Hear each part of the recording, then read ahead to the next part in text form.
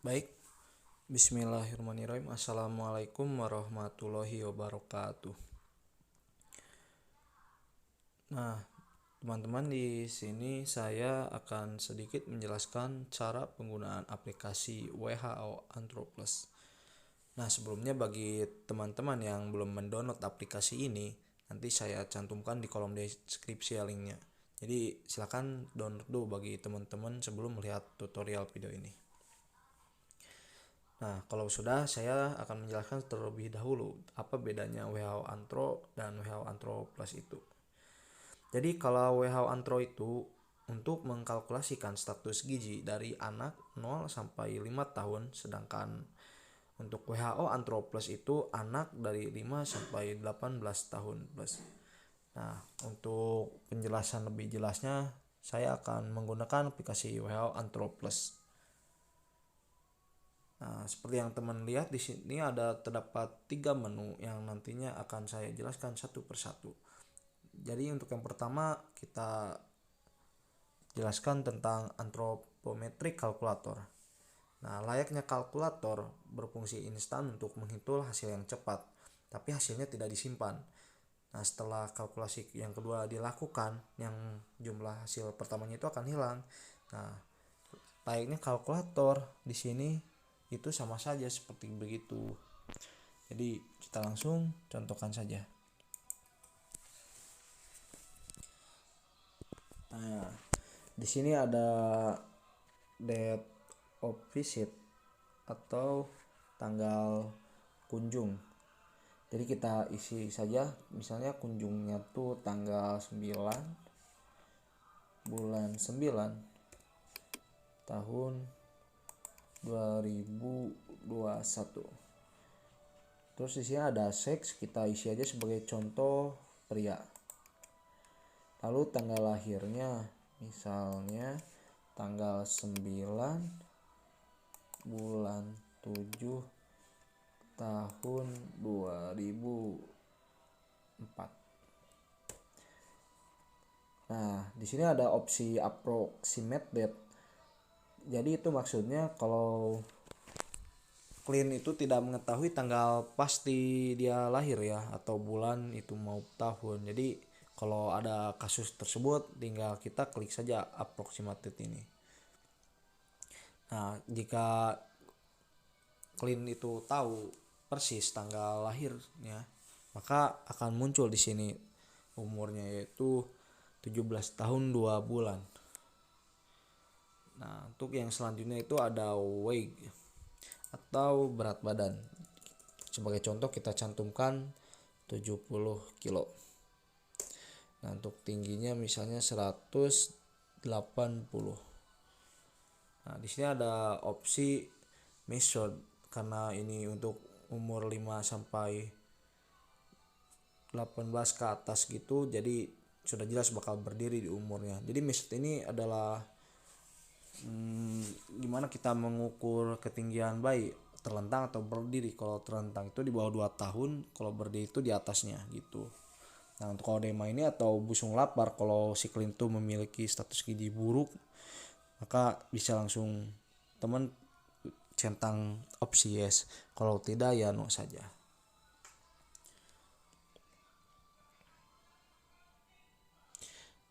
Nah, seperti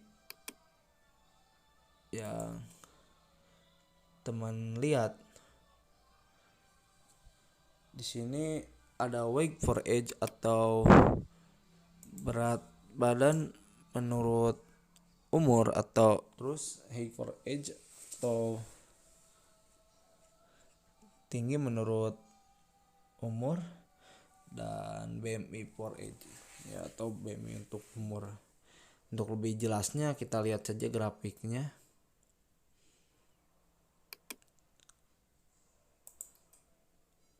Nah, berarti di tinggi 180 ini untuk umur 19 tahun itu bagus ya. Di atas min 2 SD dan di bawah plus 2 SD, berada di hampir di tengah-tengah median. Berarti ini sangat bagus sekali. Dan untuk BMI-nya atau berat massa indeksnya bisa dilihat lebih jelas grafiknya, dia berarti di BMI-nya itu berada di kisaran 21 ya, 2 ke bawah pokoknya, pas kali ada di median. Dan ini benar-benar bagus sekali status giginya, berarti badannya itu bagus, seimbang dalam artian nggak gemuk nggak kurus, pas ideal. Jadi kurang lebih seperti itu ya untuk penjelasan tentang anthropometric calculator.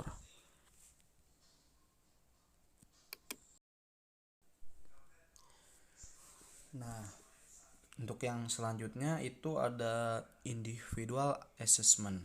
Nah, model ini itu memungkinkan pengguna untuk mengumpulkan dan menyimpan data yang berulang kali diperiksa. Jadi modul IE itu atau individual assessment itu sangat berguna untuk dokter anak atau dokter dewasa atau dokter apapun itu yang ingin memantau pertumbuhan orang itu secara spesifik. Jadi kita langsung saja ke contoh pemakaiannya. Nah, seperti yang teman-teman lihat di sini terdapat misalnya nama orang yang ingin diperiksa secara spesifiknya ya. Bagaimana cara menambahkannya? Tinggal teman-teman pencet icon plus ini atau add new child. Nah, teman-teman cantumkan dulu nama kliennya, misalnya Ray, nama kedua lakinya Nanda. Nah, sebagai contoh alat kelaminnya misalnya laki-laki ya. Nah, jika ingin ada catatan khusus, teman-teman langsung cantumkan saja. Nah, misalnya tanggal lahirnya di sini tanggal 9 bulan 9 2002. Nah, kalau tidak tahu tanggal pastinya, teman-teman juga bisa klik opsi approximate date ini. Nah, jadi umurnya tuh 19 tahun 9 bulan. Nah, teman-teman save. Kalau ingin input namanya dulu atau ingin langsung menginput data status giginya, langsung bisa teman-teman di klik add new visit. Nah, di sini kita cantumin data misalnya pertama kali atau awal berkunjung ke sini, misalnya awalnya itu dimulai dari 2020 bulan tanggal 11 bulan 11. Nah, misalnya pertama kalinya tuh ingin memeriksa status giginya itu pada tanggal segini ya. Nah, misal pada tanggal itu tuh berat badannya tuh 75, terus tingginya tuh 169 ya.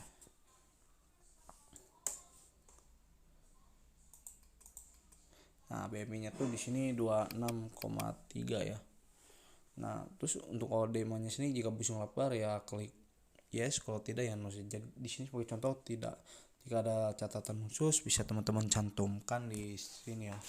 Nah, untuk additional data tuh lebih kayak ke data spesifiknya ya, atau kegiatan si individu itu apa aja gitu. Nah, jadi di sini saya langsung klik save saja.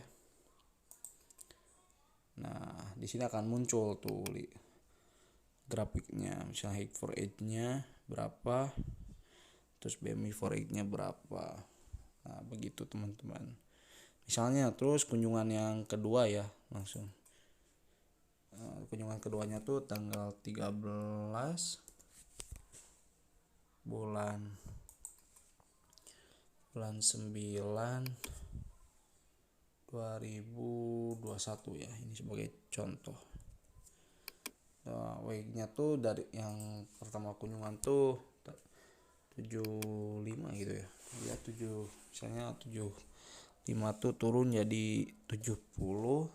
Nah, tinggi badannya naik jadi 171.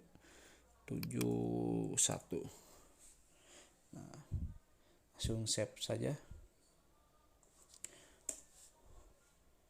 Ntar di enter dulu. Nah, save.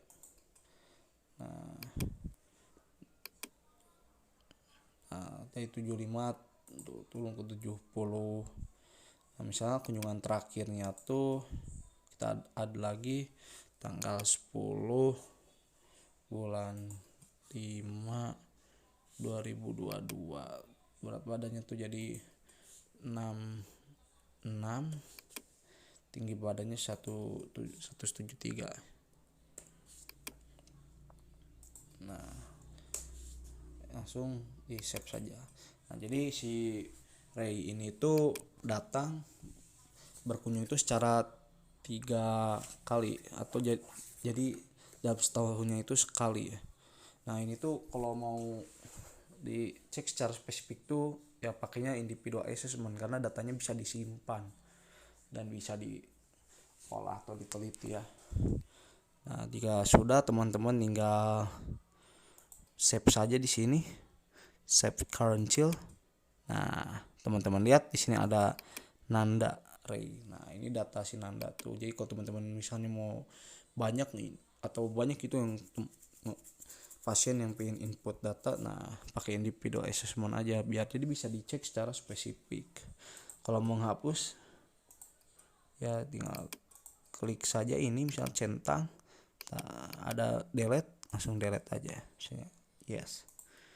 Atau kalau teman-teman mau edit lagi tinggal misalnya tinggal klik saja open select child pada biru ini. Nah, teman-teman otomatis bakal mengedit.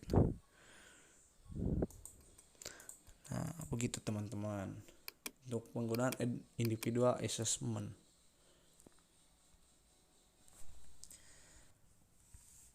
Nah, baik yang terakhir ada nutritional survey yang fungsinya itu untuk mengolah data status gizi balita ataupun dewasa. Yang hasil pengumpulnya itu datanya secara cross sectional atau dengan melakukan survei dan penelitian. Jadi sebenarnya ini tidak terlalu berbeda jauh dengan individual assessment, hanya saja ini dilakukan dalam skala yang lebih besar. Kita lihat aja.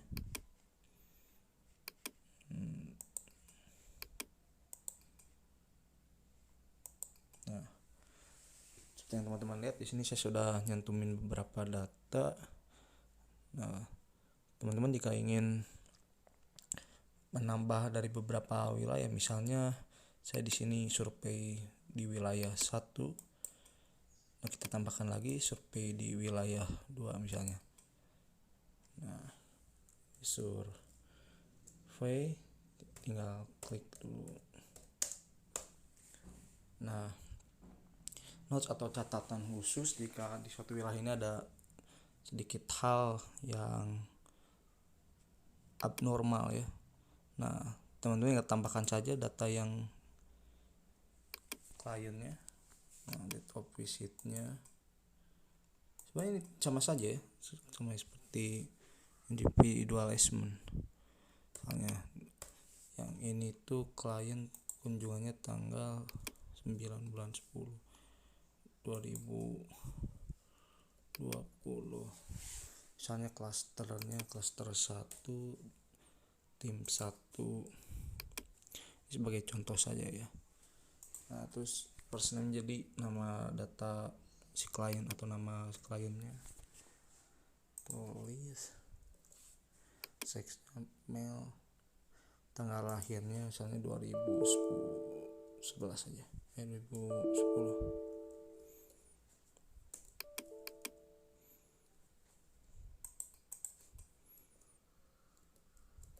Nah, notch catatan misalnya berat WKG nya misalnya 40, tingginya 150, tinggal save. Nah, yang teman-teman lihat datanya tersimpan ya, dan seterusnya jika ingin menambah lagi misalnya ini tuh di tempat wilayah suatu wilayah gitu, tambah lagi, dan ini ada analisisnya. Jadi ini tuh bisa skalanya lebih besar, penggunaannya itu sama saja seperti individual assessment. Nah, kita save aja lah ini sebagai contoh, dan ini untuk grafiknya. Nah, wait for age, baby for age. Nah, di sini kita save. Nah, sudah tersimpan nih teman-teman. Nah, jadi kalau ingin mengimport data ini ke Microsoft Excel, tinggal teman-teman copy saja. Kita buka Excel. Maaf.